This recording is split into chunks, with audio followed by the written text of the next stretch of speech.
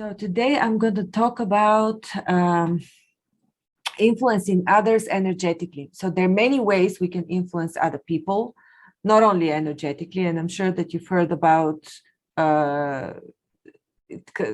image, voice, how to use your voice, how to use your image, how to use your posture. And there are many of these that I will leave for towards the end of today's session. I've described them in a short Word document in case we take too long with the rest of the exercises. And I mean, these are important, but are not the most important. And there's also a psychological effect of how to influence people. For example, the more stories you create around yourself, the more mystique you are, or secretive in a way, the more attraction you gain from people. So it's the Scorpio thing, you know. It's there's mystery, there's magnetism of somebody who is a bit secretive. Also, the theme of heroism. You've overcome something, be it something personal or be it something for the society. Doesn't matter. Even if you've overcome yourself, let's say you've lost 30 kilos, that's a wow, you've managed to overcome yourself. So there are a few things that are psychological impacts that you may have on other people. They're also physical. For example, there are certain techniques with which you can convince people or calm them down with your voice, or even with your movements. So, for example, if I were to say, Jennifer, I really don't want you to come tomorrow to the session. What does this tell you? Okay, I'm exaggerating. I'm exaggerating.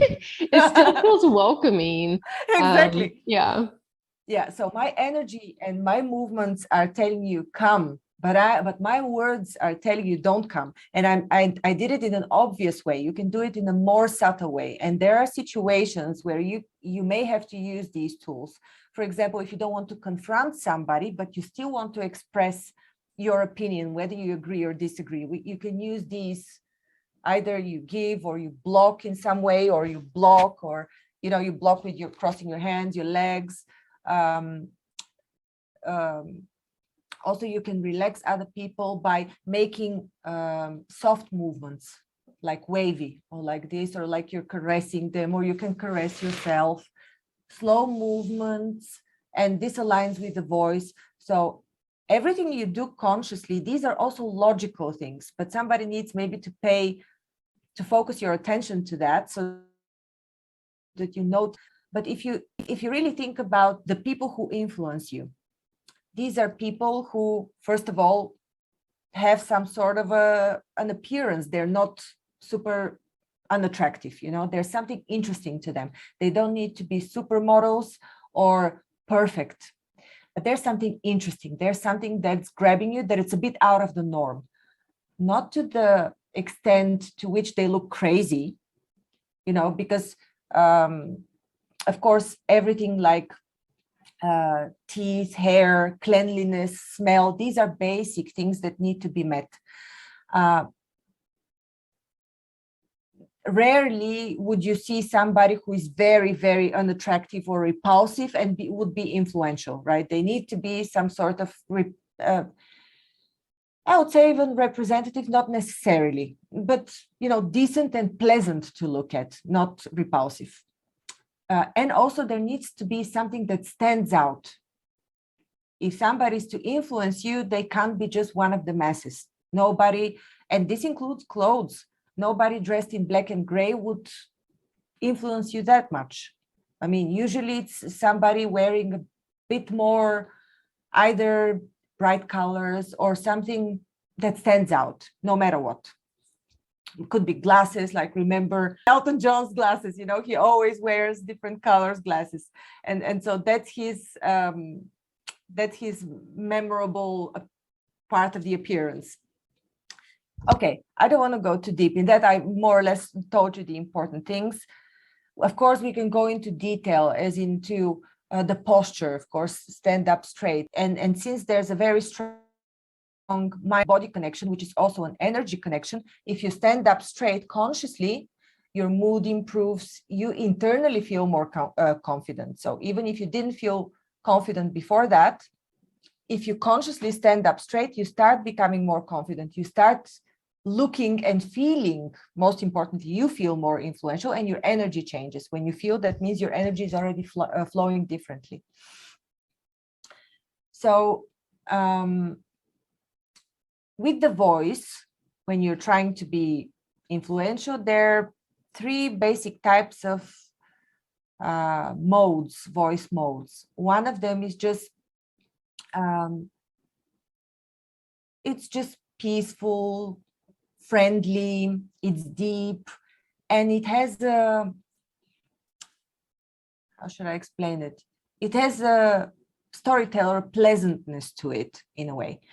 And very often when you hear people speak, there's either a high pitch or there's something in their throat. So in order for you to gain a more stable voice, what you should do is basically yell, open up here the muscles on the throat, because muscles are very tight when you have an internal blockage, when you don't feel secure.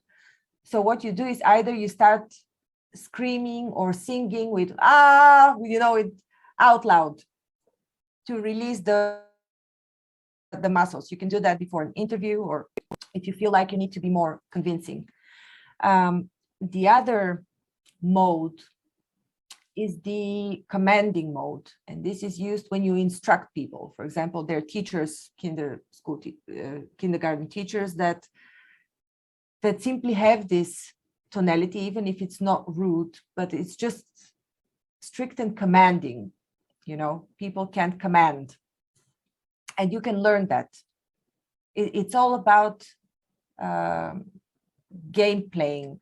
There's a field of therapy called method acting, where you act out how you would behave in a certain way, how you would speak in a certain way to achieve a certain goal. And this, what I'm telling you now, is a part of method acting. And then there's a third mode of speaking of the voice, where you alternate between the speeds or tonalities in order to anchor the attention of the person. So at times you speak slow and then suddenly you start speaking faster. Or what you can also do is put pauses on the wrong place. This is what Putin does. Just put pauses on the wrong place, and the wrong place, not on the natural place. And this attracts people's attention. And you speak in simple terms, right? So you don't use complicated words, but you put the pause on the wrong place, right? To focus the attention. And so this is a wavy method of speaking. It usually, it has two. So basically it hypnotizes people. When you speak in a wavy way, it kind of hypnotizes people. And it's called the Don Juan or Don Juan method, because that's how they speak, sweetly and with a lot of curves, a curvy method.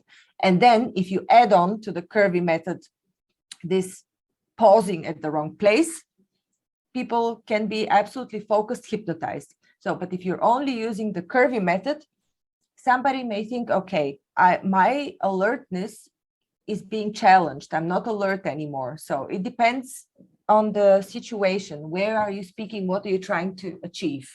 You can use any of these. It's not like you have to learn them to succeed in anything. I am just telling you something extra that you may use, and pay attention to how people speak, how they dress, why you feel attracted to these people, why you trust them, because trust is a very complex matter. It's like from the overall perception of the person. It's not only the way they look, the way they speak, their gestures, whether you trust them, whether they seem sincere. And sincerity is not only sincere about the way I speak right now, but one perceives sincerity also in the past and in the future. So if I don't feel sincere about my past, that means I have a huge struggle to cover it up. I would not come up as a sincere person right now on a subconscious level. The same with the future. If I have some evil plans, even if I am talking about something sincere at the moment, the energy carries this information. I don't feel sincere in general. You understand? And the other very important aspect of the psychology, because this is a psychological aspect, sincerity. Another psychological aspect is whether the person has inner power, and inner strength, to a large extent comes from the dream that one has, because this gives you from the vision. You have a vision, and this gives you a lot of inner strength. It gives you a direction. You're focused, directed, right? And people feel that. That's very powerful. That's why, I have a dream from Martin Luther King. The I have a dream speech was so popular, was so grabbing, because somebody has a dream. Wow, we all want to hear it. Yeah. All right. So this is just briefly, I wanted to pinpoint some aspects. And I also have, I believe, 2 or 3 videos, I'm not quite sure, on charisma and influence that you can watch on YouTube. Just type charisma and influence and you'll be able to see those.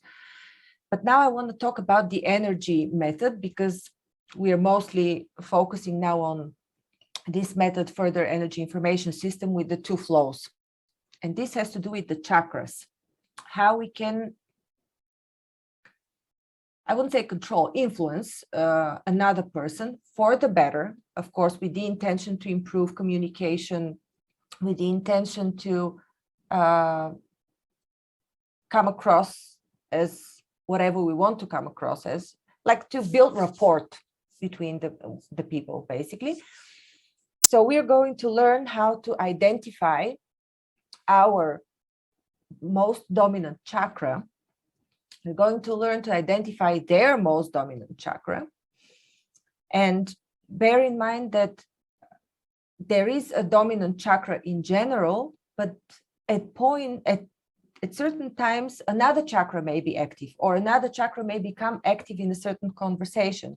Or when I'm speaking to Moika on a certain topic, my blue chakra, the throat chakra, can be active. But when I'm speaking to Jennifer, maybe my third eye chakra is active. Mostly they coincide which one is active, but I'll show you in a bit some slides. At times, depending on the feeling that I'm experiencing, or a certain fear that I have right now, something that you're instigating in the conversation, another chakra will show up. And there are certain ways to tackle that, to connect to the person. One is to adjust your own chakra to their chakra, so you activate more the same chakra as they have. Another option, if you're trying to convince them of something or to come across with your point, then you adjust their chakra. Yeah, you can change that as well.